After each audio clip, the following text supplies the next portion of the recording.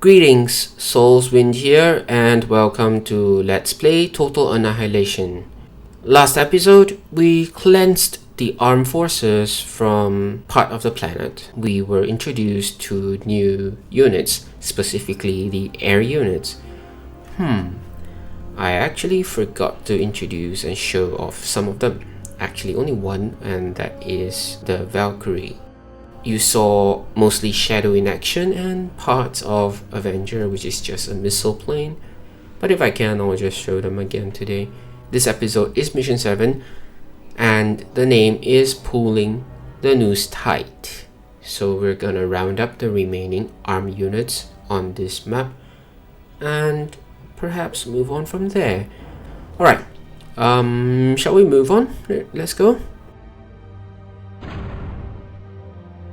The element of surprise allowed the Corps commander to establish a secure foothold on Barathrum.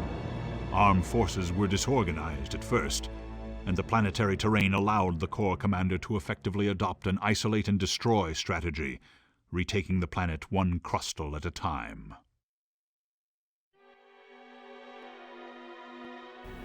Mission 7.3 Core Intel Tab. We have isolated a major arm infestation on Crustal 2. ARM has conveniently constructed a metal farm there. Capturing the Moho mines there will save us the trouble of building them ourselves. Control your units carefully, or one may destroy a Moho before you can capture it. Capture a Moho mine and destroy the arm vermin. Do so now. Okay, so we are supposed to capture something and not destroy it. Also, a Moho mine has less HP than a galactic gate, so that is something to really watch out for. Alright, let's go. Okay, first things first. The speed back to 4 and change the music to maybe 5.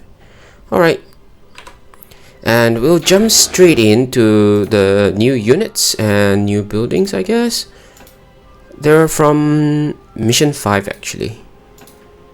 Yeah, so why not? I mean, this is always the early setup, so let's go. Okay, I've delayed it long enough. This is Advanced Vehicle Plant. It unlocks Tech Level 2 vehicle units that constitute the core of the Core Army. It is tankier than most of the structures and provides 200 capacity to each resource. The Advanced Construction Vehicle constructs Tech Level 2 structures.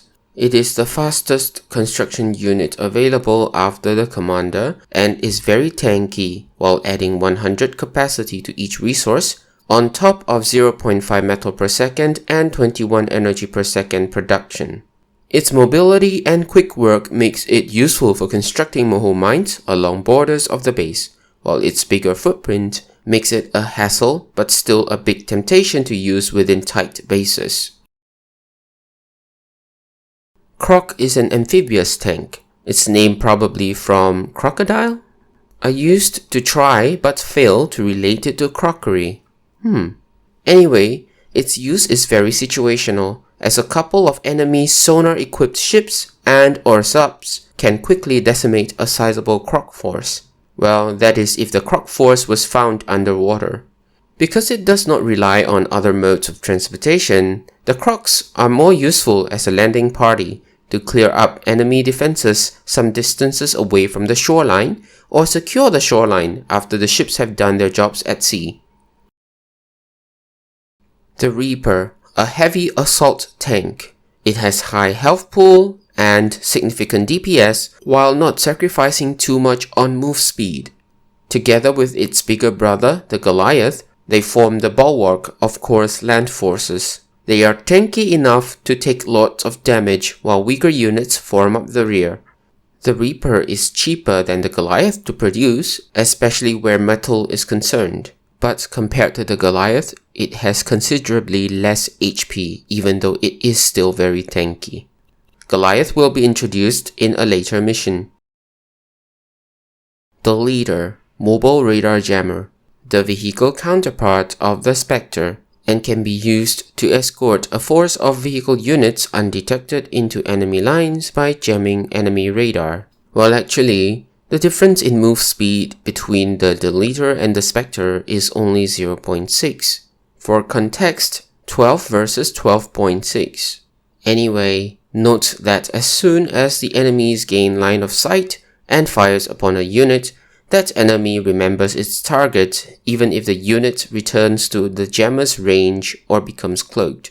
You'll see some of these phenomenons with regards to the jammer, the radar, and the targeting in the later missions. Mobile Artillery. A mobile artillery. It has the greatest range of all plasma cannon wielding units. However, personally, I don't use it much due to its inaccuracy, as well as the need to manually target blips on the minimap. This is mostly attributable to my poor mouse clicking skills. Might use it more in upcoming games to give it another try. Informer, the mobile radar. I don't know of any scenarios where it is useful, because by the time it is available, we should have enough radar or advanced radar coverage. Even beach landings can be accompanied by either hives, ships that provide some radar coverage, or the fact that the range of advanced radar towers is still great enough to provide coverage on most maps if built progressively forward on islands. But yes, otherwise, the Informer provides a radar coverage of about 64 grids, about 3 times that of a radar tower. The Diplomat is a mobile rocket launcher, a hard-hitting rocket vehicle with some form of tracking.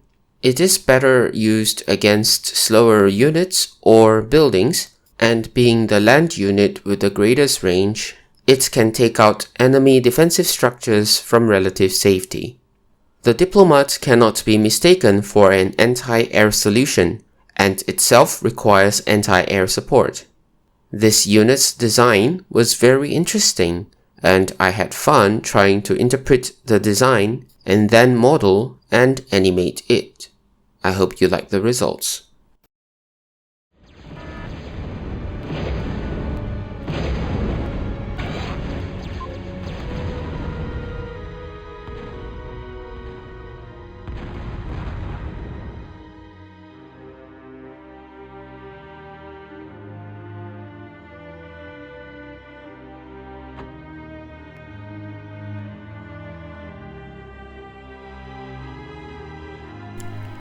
Okay, so I've sort of quickened up the game speed and whatnot, and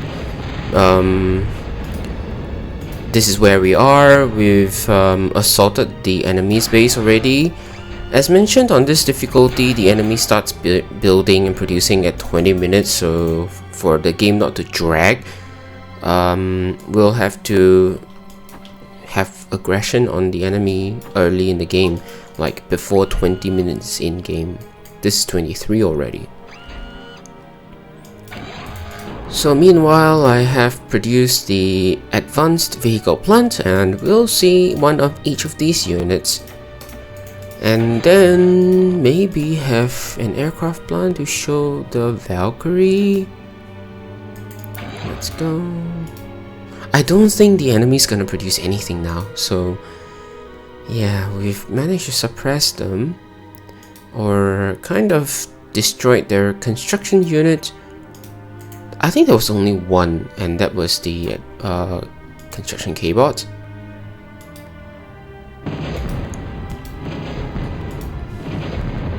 But yes, let's just make sure that the enemy doesn't have anything that will produce units, just in case.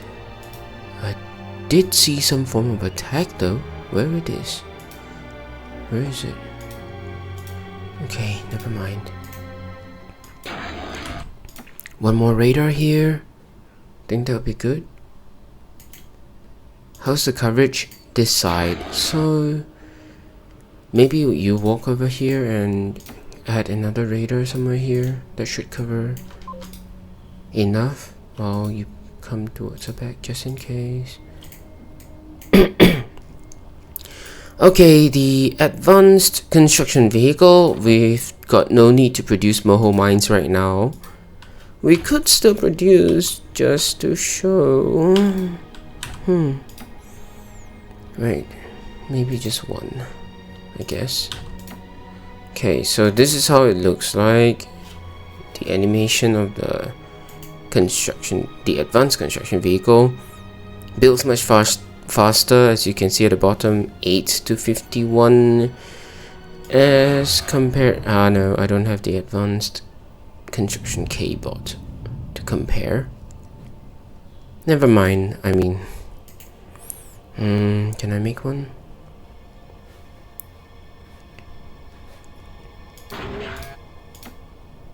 I run out of metal though.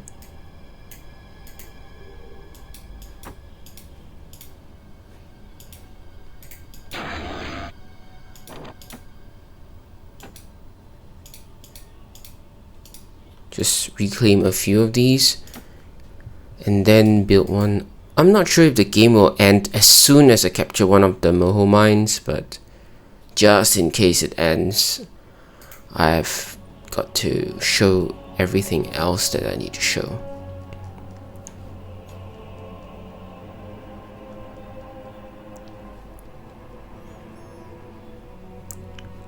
Okay, the metal production should go up in numbers soon.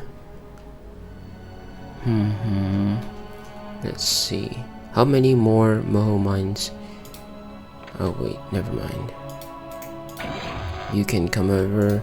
You can see that my base is kind of tight here, so having the advanced construction vehicle navigate through these tight quarters might not be good, because it might block other units that are on their way to more important tasks, such as an entire air unit trying to defend against air assaults and all that. And yes, metal has always been an issue, even on metal maps, because we need to have enough metal extractors and whatnot. But at least on metal maps it's less of an issue compared to these. We're lucky enough that we have got like what, 3 or 4 metal deposits near to us. It's gonna be worse later in the later missions. So anyway, okay, let's not waste time. Mobile artillery with a greater range, you can see here, it's much greater. If I say I fire from here to here, the thought will have to come all the way to here before they can fire. So you can see this is the distance. Unfortunately, I cannot demonstrate the Crock's amphibious behavior because it cannot go into lava here. Or can it? I don't think it can. Let's try. Okay, this is how it fires. Anyways, alright. Go into the lava if you can. So you see it hits here, it flies past, it flies past, it hits here, it flies past again. That's the inaccuracy of the mobile artillery. Now it's here and then back to where I designated it to fire. Oh wait, no, it was here. So you can see how inaccurate the mobile artillery is. That's why I mentioned that I don't really use it much. Maybe in massed numbers it would help, but not alone or not a couple of them. Okay, it can't go into the lava. The Reaper, yeah, look at its firing. It's much faster compared to some of these other units. It's one of the best land units we have, and it's tanky, like I said, so it's very useful.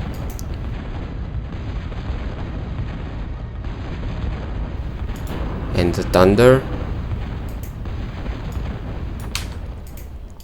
Alright, the Deleter, that's the range. As you can see on the minimap, that red circle. Yeah, that's the Deleter.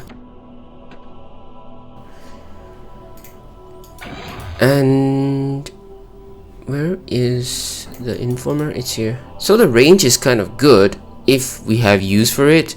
Like I said, you know, there's not much need to use this when we've got radar towers that are much cheaper, and in addition to that, the advanced vehicle plant takes a while to build and a lot of resources. The time building this Informer can be spent on building other stuff. Preferably not use the Informer, like just have a lot more radar towers if need be, otherwise a few advanced radar towers to cover. Yeah, in fact, I don't even have advanced radar towers on this map because on hard difficulty we are in quite a rush. What else? Oh, the Diplomat. So the Diplomat fires like that. Whoosh. I think it hits on the spot. Yeah, it's kind of accurate. But you can see this reaction time is definitely not useful against air units or most of the fast moving units. Okay, this is how far it can fire from here all the way to here. Like, you don't have the unit and the target on the same screen. So this is very good for taking out some of these static defenses that the enemy has or had. Yeah. Valkyrie. Okay, we can show the Valkyrie. And yes, the medium difficulty, I think the enemy units start building at 40 minutes. I'm not sure if I mentioned this before, I think I have. And then on hard difficulty is 20. I've not found information on it on easy.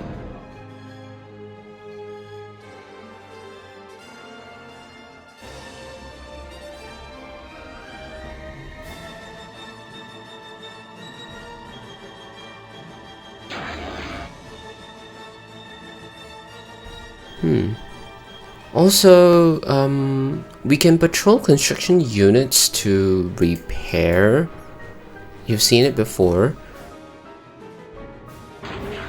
And what else do I need to highlight?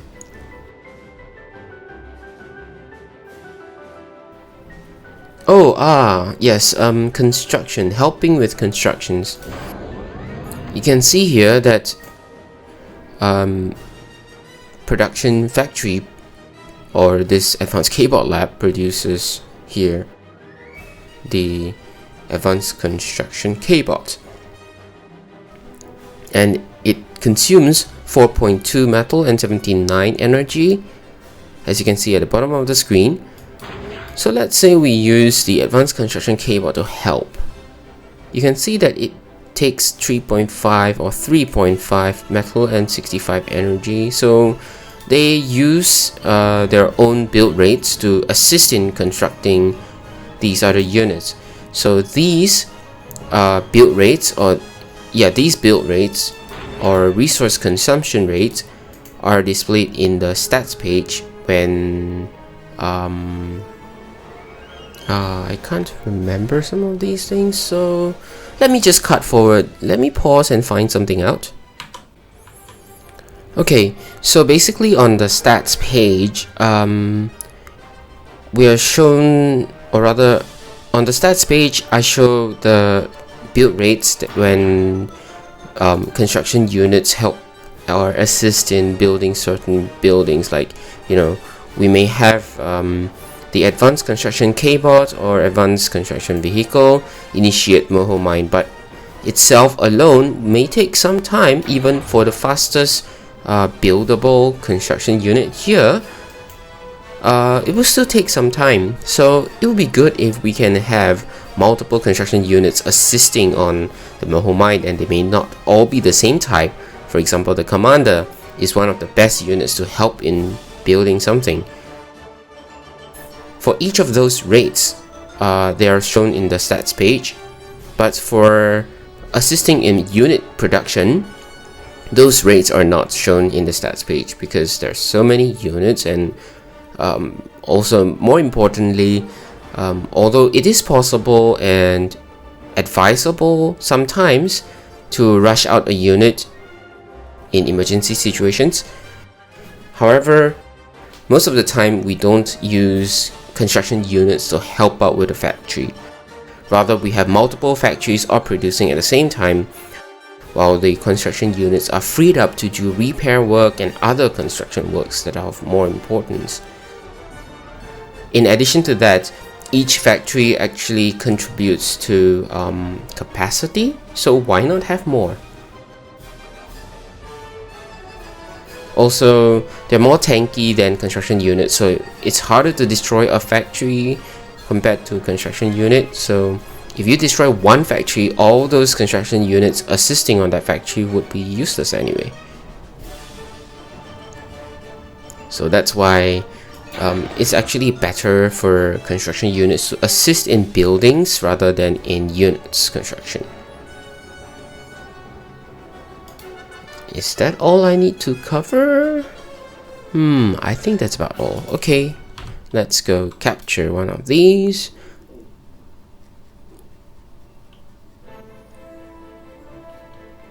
Do we need to destroy all army units? I mean, by that, buildings as well? Let's see. No, there's no victory thing, so I guess we have to destroy them all. It's easier to destroy than to capture. I mean, we don't start with them anyway, so why not, right? Look at my targeting. That's it, the sound of the drums. Look, okay, something interesting about these end screens are that not every time it's from the perspective of the core. In fact, sometimes I think the core units are not shown at all. Like for example, this screen, we do see the Gat gun and the Moho mine and this tank which I can't identify. I don't know what it is, but we also see the enemy Jaffies. Yeah, but there are some end screens that doesn't show core units actually, or show mostly the arm units, like they're the focus of the map or the end screen. Yay, score screen! We did not lose as much. That's because we rushed it as we should have because of the difficulty level. And the army units lost 37? No? Wait, we lost 37. They killed 34, so we had a few friendly fire? How? I mostly used missile units. How did we have friendly fire? Oh, doesn't matter. Yes, we put a stop to their mining activity here, the arms mining activity. We pulled the Noose tight, and that was mission 7. Next is mission 8. We're looking at the gate to Aqueous Minor. That's all I have for now. Have a nice day.